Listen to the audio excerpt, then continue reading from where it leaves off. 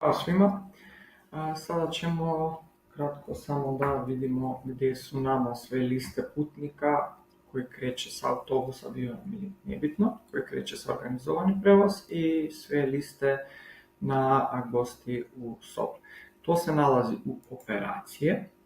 Spisak soba daje nama sve putnike koja, evo primjer, idemo ovaj termin i daje da ovaj termin imamo samo idemo pretražiti i daje da su ove dva putnika, a u broju sobe 2 autobus kreće iz autobus Beograd. Ukoliko imamo više putnika u isti termin, onda sistem nama grupira, samo da vidimo tu pretraženje, ovako ćemo.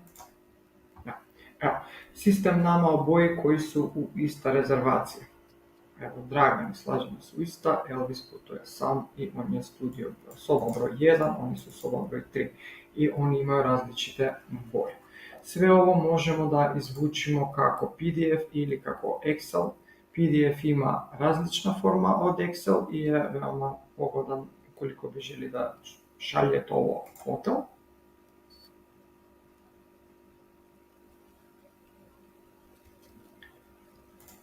Ovako. Sva informacija je tu. Koji tur operator, roaming lista za koordinata koje putnike šalje, da li su adults, infants ili child.